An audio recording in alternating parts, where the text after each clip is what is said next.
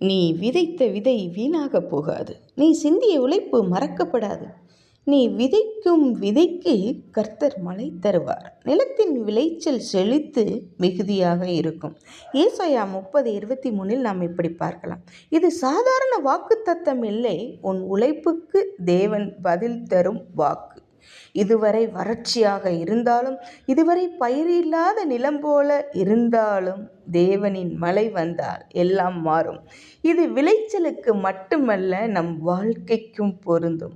சோர்ந்து போகாதே, கைவிடாதே, தொடர்ந்து விதை. உன் காலத்தில் உன் நிலத்தில் கர்த்தர் ஆசீர்வாத மழை பொழிவார். இந்த வார்த்தை உங்களுக்கு நம்பிக்கை தந்திருந்தால் லைக் அண்டு ஷேர் பண்ணுங்களேன்.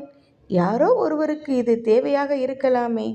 கர்த்தர் தாமே ஆசீர்வதிப்பாராக. ஆமென்.